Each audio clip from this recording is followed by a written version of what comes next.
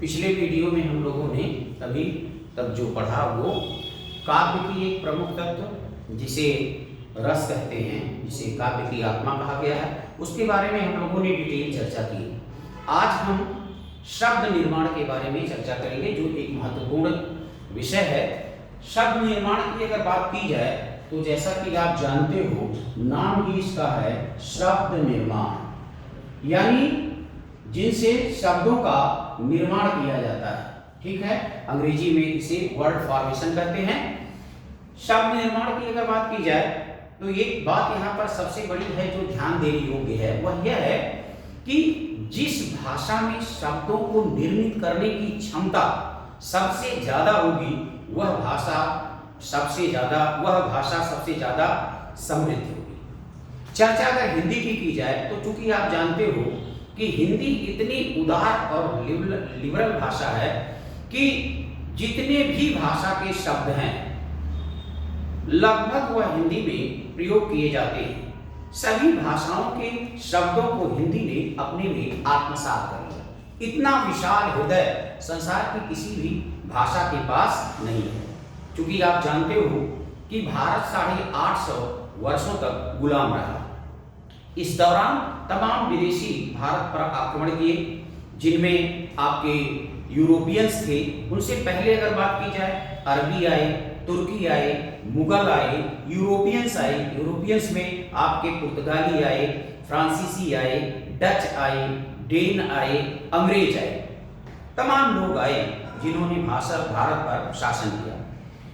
जब वो यहाँ आए तो उनके साथ साथ उनकी संस्कृति और उनकी भाषा भी यहाँ पर आई। लेकिन हमारी हिंदी की सबसे बड़ी विशेषता यह रही कि उसने उन समस्त भाषाओं को अपने में आत्मसात कर लिया। आज मैं उसी की चर्चा कर रहा हूँ और आज उसी का परिणाम है कि हमारे पास आज हिंदी की बात की जाए तो वर्ल्ड में सबसे बड़ी या सबसे समृद्ध भाषा जो है वर्तमान में वो आपकी हिंदी है। और जैसा कि आप जानते हो मित्रों, अगर चर्चा किया जाए, देखा जाए तो आज हिंदी वैश्विक भाषा है।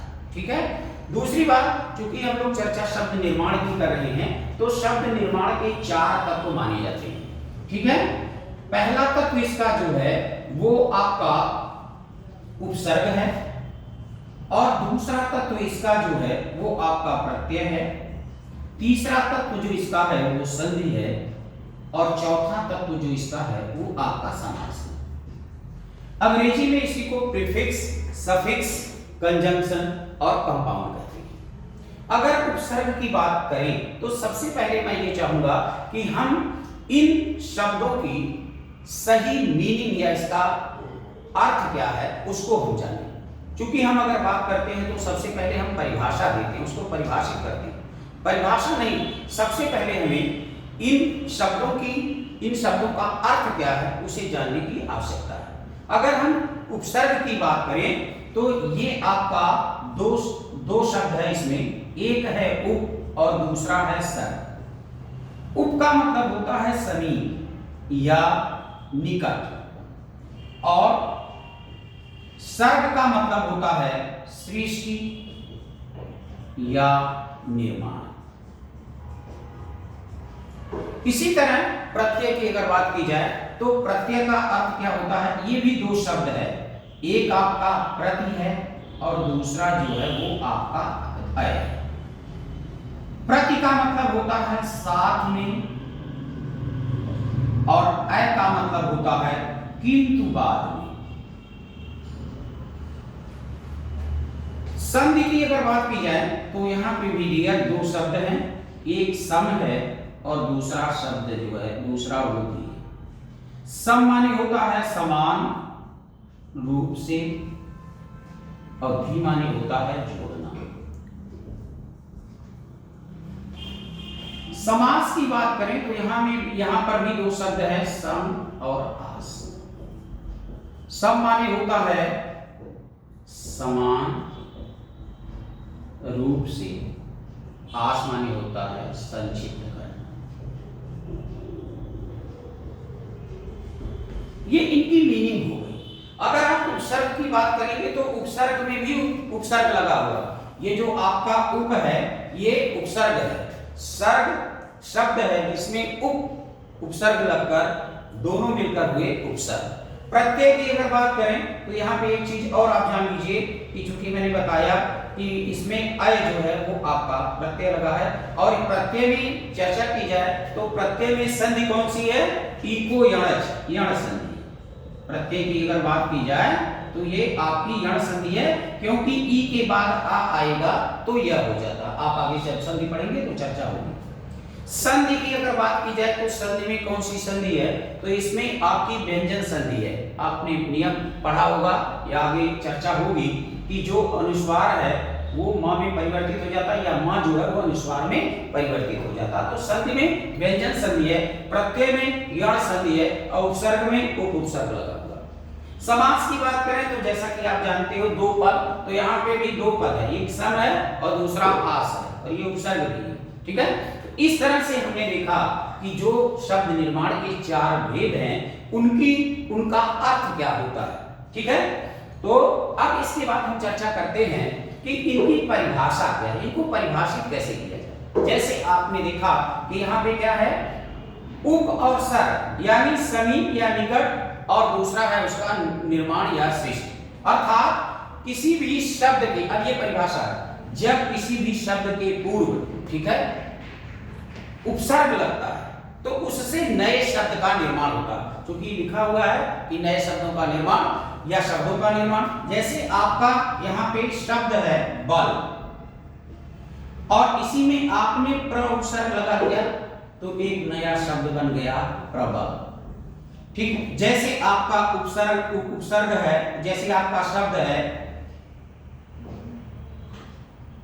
तार, आपने इसी में निस उपसर्ग लगा दिया तो बन गया निस्तार। जैसे आपका शब्द है बल, इसी में आपने दूर या दू लगा दिया तो बन गया दुर्बल। जैसे शब्द है जय, इसी में आपने भी जोड़ दिया तो विजय हो गया, और परा जोड़ दिया तो ये आपका पराजय।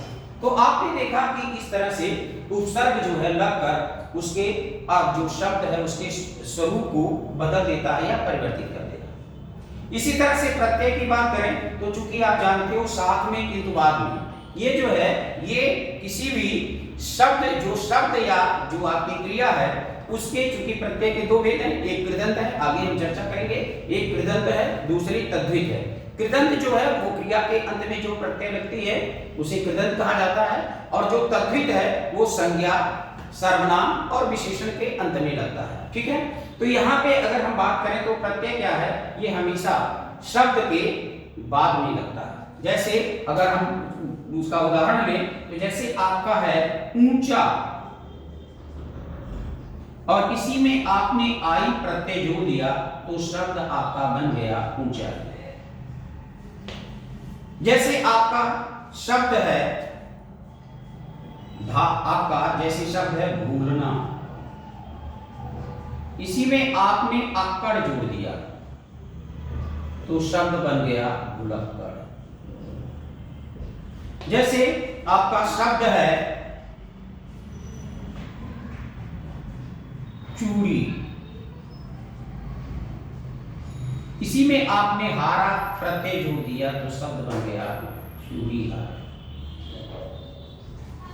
ठीक है, जैसे आपका शब्द है इसमें नाना, और इसी में आपने बड़ी ई जोड़ दिया तो बन गया नाना। तो आप देख रहे हो कि जब प्रत्यय हम जोड़ दे रहे हैं, शब्द में प्रत्यय अंत में लगा दे रहे हैं तो उसका स्वरूप बदल जा रहा है। तीसरी बात अगर हम संधि की बात करें तो संधि में भी क्या है, संधि की अगर बात करें तो जैसा कि जानते हो संधि जो है वो वर्णों के, संधि में वर्णों में विकार होता है, और समास जो है वो शब्दों में विकार वहां होता है या उसका शब्दों का संक्षेपण होता है। अगर हम संधि की बात करें तो संधि में क्या है, जैसे आप देखिए आपने कहा विद्यालय, ठीक है, अब ये विद्यालय जो है ये संधि है, ठीक है, लेकिन अगर हम इसी की बात करें, क्योंकि इसका दूसरा पार्ट जो है उसे हम कहते हैं विच्छेद। विच्छेद का मतलब होता अलग करने, अलग करना, और यहाँ समास में जो होता है उसका वो उसे कहते हैं विग्रह। विग्रह का मतलब भी अलग करना होता है। लेकिन युग्म की बात करें तो संधि के बाद आप विग्रह नहीं करेंगे, लिखेंगे। संधि के बाद विच्छेद और समास के बाद विग्रह, दोनों का अर्थ अलग अलग करना होता है। ठीक, तो यहाँ पे जैसे आपने देखा विद्यालय है, ये आपके दो शब्दों में संधि हुई है। एक आपका हुआ, एक था आपका विद्यालय एक है, और दूसरा है सही, एक आपका विद्या है और दूसरा जो आपका है वो आपका आलय है। अब आप देखिए, जो प्रथम वर्ण होता है, प्रथम शब्द होता है उसके अंतिम वर्ण में, और जो द्वितीय शब्द होता है उसके प्रथम वर्ण में जो विकार या परिवर्तन होता है उसी को हम संधि कहते हैं। यहाँ पे आप देखिए, प्रथम जो इसका प्रथम जो शब्द है उसमें आपका विद्या में आ है, और जो दूसरा इसका शब्द है उसमें भी पहला वर्ण उसका आ है। दोनों में जो विकार हुआ उससे आपका आ ही बना। ठीक है, क्योंकि आगे जब सूत्र आप पढ़ेंगे आकार सवर्ण दीर्घ, उसकी हम चर्चा करेंगे जब इसको डिटेल में आएंगे। अभी हम खाली संधि के बारे में, संधि को समझ रहे हैं। तो जैसे आपका विद्यालय हुआ, दो आपके शब्द थे, एक विद्या और दूसरा आलय। दोनों में जब आपने संधि की तो एक नया शब्द आपका बना, जिसे आप विद्यालय कहते हैं, या जिसे आपने विद्यालय कहा। दूसरा आपका आया, जैसे आपने कहा नरेंद्र, तो आपके दो शब्द थे, एक आपका था नर और दूसरा आपका था इंद्र। इन दोनों में जब आपने संधि की तो एक नया शब्द बना, जिसे आपने कहा नयन। ठीक, इसी तरह से आपका आया नयन।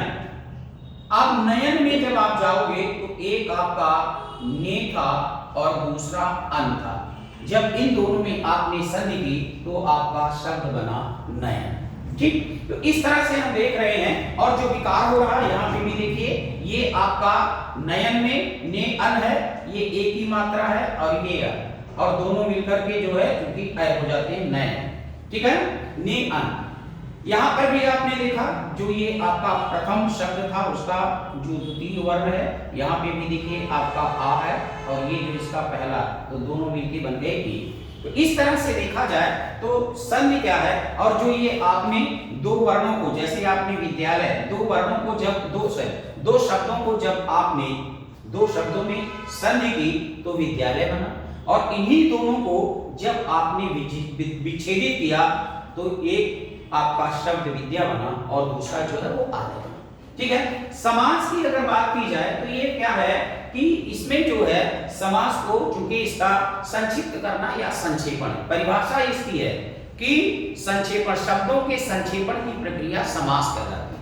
जैसे आपने कहा, मान लीजिए आपका आया शूल है जिसके पाणी में। अब अगर आप देखेंगे शूल है जिसके पाणी में, तो यहां पे आप देखिए, क्योंकि शूल का मतलब होता है कांटा। ठीक, कांटा का पर्यायवाची है, पाणी का मतलब होता है हाथ या कर, ये हाथ का पर्यायवाची। ठीक है, और शूल जो है ये आपका त्रिशूल का भी पर्यायवाची है। शूल है जिसके पाणी में। अब आपका ये क्या है, शब्दों का, एक शब्द, दो शब्द, तीन शब्द, चार शब्द, पांच, ये जो शब्दों का समूह है, इसको आपने संक्षिप्त किया या समास की प्रक्रिया द्वारा इसका संक्षेपण किया, तो एक शब्द में आया शूलपाण। और शूलपाण की अगर बात की जाए तो इसमें कौन सा समास, अर्थात शिव। अब आपका ये बहुब्री समास हो गया। ठीक है, तो जैसे आपका ये शूलपाण, जैसे आपका दूसरा उदाहरण है, चंद्रमा है जिसके शिखर पर। अब आपने इनका संक्षेपण किया तो एक शब्द में आया चंद्रशेखर। और अगर देखा जाए तो जैसे आप पढ़ते हो अनेक शब्दों के लिए एक शब्द, तो वही प्रक्रिया, लगभग वही स्वरूप इसका भी है कि जैसे आपका ये अनेक शब्द है, आपने एक शब्द में कर दिया, ये भी अनेक शब्द है, एक शब्द में आपने कर दिया। ठीक है, तो जैसे आप इसी तरह से, चूंकि चर्चा की जाती है या चर्चा की गई है, जैसे आपने कहा चिंता मुक्त, तो आपने ये समस्त पद है, अब आपने इसका विग्रह किया तो आया चिंता से मुक्त। इस तरह से ये आपके जो चारों शब्द निर्माण के तत्व हैं, आपने देखा कि इन चारों का कार्य जो है वो शब्दों का निर्माण करना है। ठीक है, अब इसके बाद अगर बात की जाए तो जैसे उपसर्ग है, अगर उपसर्ग की बात की जाए तो उपसर्ग के कितने भेद हैं। यहाँ पे जब हम उपसर्ग के भेदों की चर्चा करेंगे तो यहाँ पे उपसर्ग के 4 भेद माने गए। ठीक है ना, कितने भेद माने गए हैं, ये 4 भेद माने गए हैं। अगर पहले की बात करें तो इसे कहा जाता है तत्सम या संस्कृत के उपसर्ग।